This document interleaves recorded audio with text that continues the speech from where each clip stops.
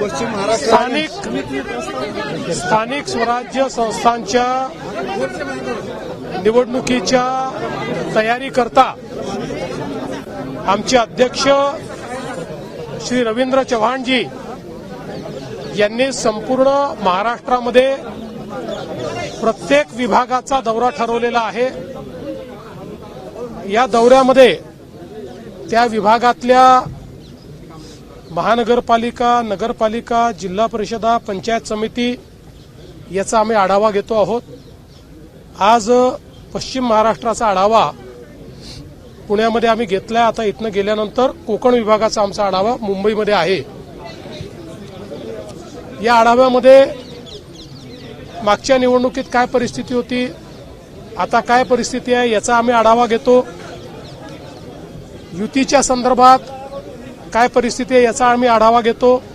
त्यांच्या अडचणी काय आहेत त्या आम्ही समजून घेतो आणि पक्षाची संघटना म्हणून बूथची रचना असेल, निवडणुकीचं संघटन असेल, अशा सगळ्या गोष्टींच्या संदर्भात त्या ठिकाणी एक चर्चा करून पुढचे दिशानिर्देश हे देण्याचा आमचा प्रयत्न आहे।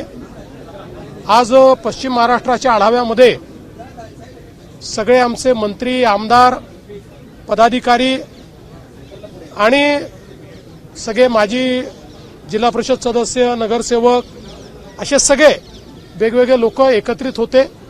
एकेका जिल्ह्याचा आम्ही आढावा घेतलेला आहे। अतिशय सकारात्मक अशा प्रकारची परिस्थिती पाहायला मिळते आहे, उत्साह आहे। युतीच्या संदर्भात देखील आम्ही अगदी स्पष्ट निर्देश दिले आहेत की त्याचे अधिकार आम्ही हे सगळे खाली आमच्या जिल्ह्यांना दिलेले आहेत आणि सांगितलं आहे की जिथे शक्य असेल त्या प्रत्येक ठिकाणी युतीचाच प्रयत्न केला पाहिजे। काही ठिकाणी शक्य देखील होणार नाही, त्या ठिकाणी आम्ही स्वतंत्रपणे लढू, पण कुठे स्वतंत्रपणे लढलो तरी मित्रपक्षावर टोकाची टीका करायची नाही, अशा प्रकारचे आम्ही त्या ठिकाणी निर्देश दिलेले आहेत।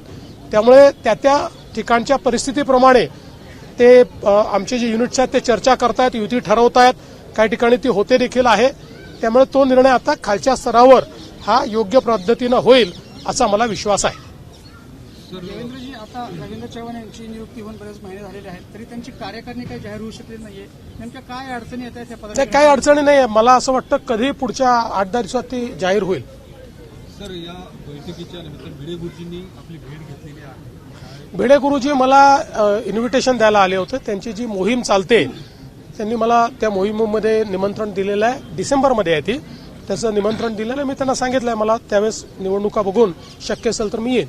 सांगली जयंत पाटील आणि पडळकरांचा वाद संपवायला वेळ थांबत नाहीये, तर आज पुन्हा पडळकरांनी आरोप केला की जयंत पाटलांनी काही जमिनी हडप केल्या। मला असं वाटतं की त्याच्यामध्ये वैयक्तिक टीका हा जो भाग आहे याला आमचा देखील आक्षेप होता। कोणीच कोणावर वैयक्तिक टीका करू नये असं आमचं स्पष्ट मत होतं। ते आम्ही पडळकरांना देखील सांगितलं आणि चंद्रकांत दादांनी स्वतः पुढाकार घेऊन त्या ठिकाणी वैयक्तिक जो वाद आहे, चिखलफेक आहे, ती मिटली पाहिजे अशा प्रकारचा प्रयत्न केलेला आहे। आता बाकी काही राजकीय आरोप प्रत्यारोप ते होत राहतात।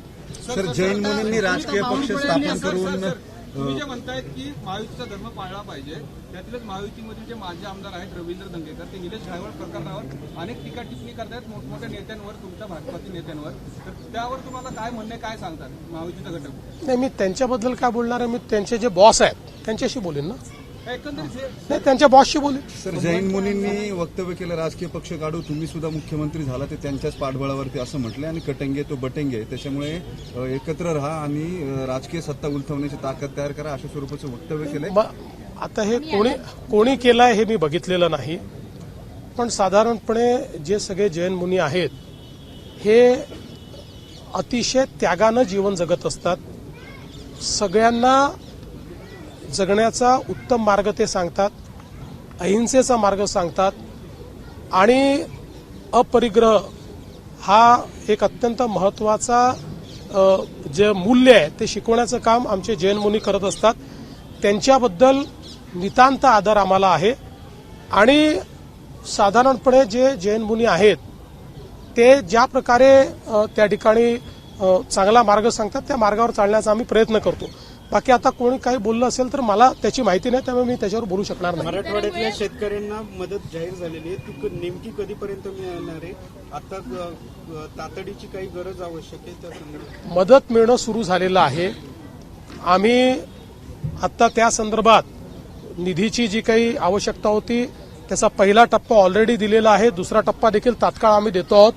आमचा प्रयत्न आहे दिवाळीपूर्वी जितके जास्तीत जास्त देता येईल तेवढे आम्ही देऊ. कदाचित काही दिवाळीच्या दरम्यान किंवा त्यानंतरही मिळेल, पण जास्तीत जास्त दिवाळीपूर्वी देण्याचा प्रयत्न करू. मोर्चा काढून बऱ्यापैकी पुन्हा एकदा सरकारवर टीका केली, आमचं लक्ष असेल, मदत नाही मिळालं तर आम्ही पुन्हा रस्त्यावर उतरू. चला, हे त्यांनी म्हटलं मला मान्य आहे, फार चांगलं आहे, हे विरोधी पक्षाचं काम आहे. भाई याचा अर्थ मदत मिळणार आहे याच्यावर त्यांचा विश्वास आहे. आम्ही जी मदत केली ती पण त्यांना मान्य आहे. आता त्यांचं म्हणणं एवढंच आहे की जर नाही मिळाली तर रस्त्यावर उतरू.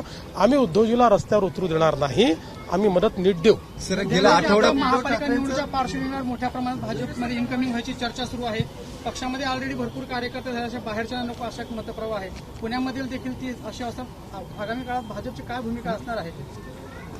भाजपमध्ये कुठलाही स्ट्रॉंग कार्यकर्ता जर आला तर त्याला घेण्याचीच आमची भूमिका आहे. साधारणपणे भाजपमध्ये जे आमचे कार्यकर्ते आहेत ते लोकांना अकोमोडेट करतात, त्यामुळे भाजप मोठा झालेला आहे. एखाद्या वेळी एखाद्या ठिकाणी काही नाराजी पण येते, त्यावेळी आम्ही लोकांना समजवतो आणि ते समजतात. एका सिनेमाच्या प्रीमियरला तुम्ही आज जाणार होते, ज्याला राज ठाकरे आणि महेश मांजरेकरही येणार होते. मी त्यांना फोन करून सकाळीच कळवलं होतं, कारण ज्यावेळी 5 वाजताचा कार्यक्रम होता आणि ज्यावेळी सगळी आमची रचना मी बघितली त्यावेळी माझ्या लक्षात आलं की मी काही मुंबईत पोहोचू शकत नाही, त्यामुळे मी सकाळीच त्यांना फोन करून कळवलं. त्यामुळे माझ्याकरता ते वेगळा दाखवणार आहेत. सर एक शेवटचा घायवळचा प्रश्न. गेले आठवडाभर राज्यात घायवळ प्रकरण गाजतंय. गृहराज्यमंत्री तुमच्या अडचणीत आले, त्याच्यानंतर तुमच्या भेटीगाठी झाल्या, तुमच्या एका मंत्र्याचं नाव येतंय किंवा विधान परिषदेचे अध्यक्ष जे आहेत त्यांच्यावरती आरोप झाले की त्यांच्या सोयीने हे सगळे चालू आहे. व्हिडिओ समोर आले बरेच सगळ्या नेत्यांचे. तुम्ही मुख्यमंत्री म्हणून याच्या संदर्भामध्ये नेमकी काय कमेंट कराल? काही निर्णायक भूमिका घेणार आहात की वादावर पडदा टाकणार आहात? पहिली गोष्ट तर अशी आहे की या प्रकरणाची सुरुवात कुठे होते हे आपण लक्षात घेतलं पाहिजे. आणि ती सुरुवात आज सिद्धार्थ शिरोळे यांनी जी प्रेस कॉन्फरन्स घेतली आहे त्यात आपल्या लक्षात आली असेल की याची सुरुवात ही आहे की एक पासपोर्ट मिळवण्याकरता त्यांनी अहिल्यानगर जिल्ह्यामध्ये ऍप्लिकेशन केली आणि त्यावेळी तेव्हाच्या नेत्यांच्या राजकीय दबावापोटी त्यांना पूर्णपणे क्लीन चिट पोलिसांनी दिली आणि अहवाल सादर केला की यांच्यावर कुठलाही गुन्हा नाही. ते तिथे राहत नसताना असा अहवाल यायला हवा होता की हा व्यक्ती इथे राहत नाही, ते अहवालात कुठेही मेन्शन केलं नाही आणि त्यामुळे हा पासपोर्ट त्यांना मिळाला आणि ते पळून जाऊ शकले. तेव्हा कोणाचा दबाव होता, निवडणुकीत त्यांनी कोणाचं काम केलं होतं, कोणाचा आशीर्वाद होता, या सगळ्या गोष्टी देखील समोर आल्या पाहिजेत. माझं मत अतिशय स्पष्ट आहे. अशा प्रकारची जी प्रवृत्ती आहे त्याला दुसरा पक्ष असो का आमचा पक्ष असो कोणीही त्याला थारा देता कामा नये. अशा प्रकारच्या प्रवृत्तीवर कारवाई केलीच जाईल आणि त्यांना पासपोर्ट देण्याकरता ज्यांनी त्या ठिकाणी दबाव टाकून अशा प्रकारचा पूर्णपणे चुकीचा अहवाल त्या ठिकाणी सादर केला त्यांचीही चौकशी केली जाईल.